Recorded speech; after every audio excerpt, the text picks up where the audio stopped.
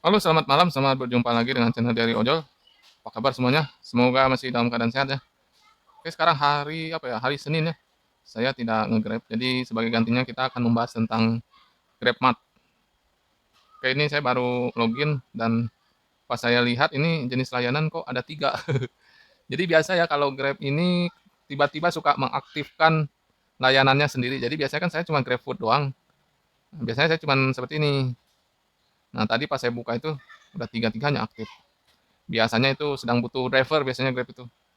Karena jarang driver yang menyalakan layanan itu. Saya cerita ini berdasarkan pengalaman saya, jadi saya memakai kata biasanya, jadi nggak semuanya hypermart atau mall-mall lain yang seperti saya bilang di konten ini, nggak semuanya. Cuman pengalaman saya yang saya bilang ini benar, tapi nggak semuanya seperti itu. Makanya saya gunakan kata biasanya gitu ya. Oke, kita balik lagi ya. Kenapa saya tiba-tiba membahas tentang GrabMart? Karena ada pesan. Jangan cancel dulu. Pernah nunggu lama tapi order dibatalkan karena barang habis tidak tersedia. Jangan khawatir, akan ada biaya kompensasi sebesar 6.000 untuk mitra apabila dibatalkan. Nah, ya seperti yang bisa kita baca, jadi kita bakal dikasih uang 6.000 kalau dibatalkan. Jadi kalau di Grab ini kalau ada insentif ini biasanya layanannya bermasalah ya. Kenapa bermasalah? Ya itu dikasih uang supaya driver mau ngambil orderan itu. Kayak kemarin same day kan, nggak ada yang mau ngambil same day. Keluarlah insentif baru di luar yang biasanya yang reguler. Jadi insentif barunya itu 250.000 kalau bisa dapat mengantarkan 50 barang. Dalam seminggu itu kalau Anda bisa mengantarkan 50 barang, bisa dapat 250.000.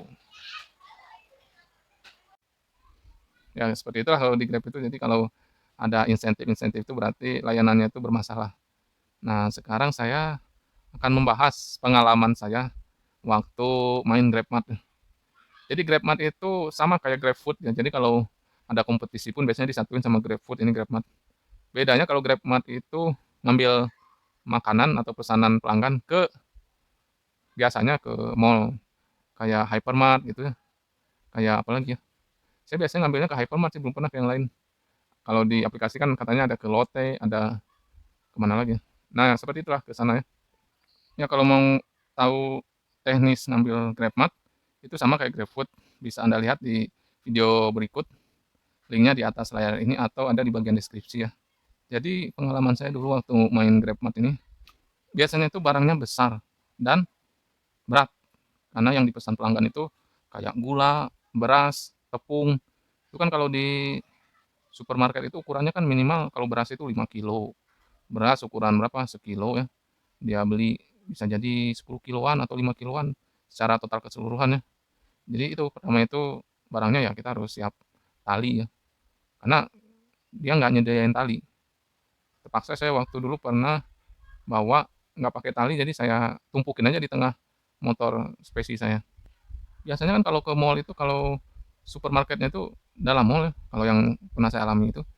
Nah, biasanya kalau keluar mallnya itu kan nggak mungkin pakai troli terus. Nah, kalau yang kebetulan toko hypermartnya pinggir jalan, ya enak pakai troli kan. Nah, kebetulan kalau masuk mall hypermartnya itu barang yang besar itu, barang yang gede itu harus digotong sama kita. Pakai di pundak atau gimana, pokoknya nggak mau tahu harus digotong itu ke motor kalau berat-berat gitu. Resikonya seperti itu kalau barangnya besar dengan berat ya. Tapi alhamdulillah selama nge-Grab baru sekali dapat barang yang berat. Itu pun cuma satu kardus untungnya. Dan itu pun tokonya pinggir jalan, hypermartnya pinggir jalan. Lumayan itu juga capek juga. Lalu jarak jemputnya ya, jarak jemputnya tuh lumayan jauh-jauh.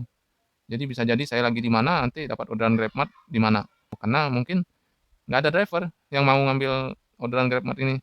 Ya itu karena banyak kekurangannya, banyak masalahnya. Dan tarifnya pun hampir sama dengan GrabFood. Kalau GrabFood kan tarif sama tapi bawaannya kan ringan-ringan. Nggak mungkin sampai 10 kilo makanan GrabFood kan. Kalau di GrabMart bisa jadi pesanan pelanggan itu 10 kilo.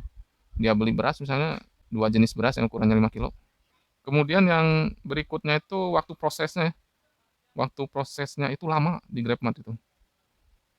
Jadi selama pengalaman saya biasanya orderan GrabMart ini kalau di hypermart ya saya belum pernah ke yang lain, saya ini ngomongin pengalaman saya. Lama. Kadang kita baru ke sana itu baru diproses. Nggak seperti GrabFood kan, kalau GrabFood orang itu udah tahulah kalau restoran pilihan tuh udah disiapin duluan kan. Ini enggak, kadang kita harus lapor dulu, baru dia siapin. Nah, siapinnya itu nggak mungkin dalam waktu 15 menit, karena dia harus jalan-jalan dulu kan dalam hypermart-nya itu untuk cari-cari barang kan. Belum lagi harus packing-nya, harus ini. Adalah 30 menit minimal ya kalau cepat ya. Belum lagi nanti kita keluar ini apa, dari mall-nya atau dari tokonya.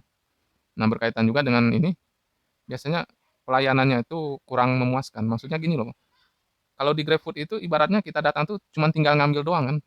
Nah, ini yang pernah saya alami itu kalau di GrabMart itu, kadang saya harus mem-packing. Jadi dia cuma naruh barangnya di kardus, nggak ditutupnya. Saya tanya, "Ini udah selesai, Bang?" "Iya, Bang, itu selotipnya di sana." Jadi saya disuruh selotip ulang gitu. "Ya ini gimana kerjanya?" kata saya, "Kalau nanti ada apa-apa kan siapa yang disalahin itu. Kalau misalnya barangnya kurang atau saya jahil gitu, saya ambil itu." Kayak gitu. Bahkan kalau saya dengar pengalaman orang lain ini ya, bahkan ada yang disuruh cari barang sendiri waktu zaman dulu itu. Nah, seperti itulah ininya kalau di Grab. Mungkin kalau sekarang nggak tahu ya, cuman itu pengalaman saya zaman dulu ya. Kemudian pengalaman selanjutnya itu biasanya sering cancel. Sering cancel karena barangnya nggak update. Makanya di pemberitahuan ini kan jangan cancel dulu, karena akan ada biaya kompensasi sebesar 6.000 untuk mitra apabila dibatalkan karena alasan tersebut. Nah, itulah alasannya itu biasanya kayak gini. Jadi kita udah datang jauh-jauh nih, datang ke hypermart, udah nunggu juga kan, kan baru dia cari tuh, udah nunggu, udah lama, setengah jam nunggu. Terus datang-datang dia, "Maaf Bang, ini nggak ada barangnya." Waduh, kata saya. Ya udahlah, mau gimana lagi, kalau ngomong ke pelanggan, mana mau pelanggan barangnya nggak lengkap kan, pasti di-cancel.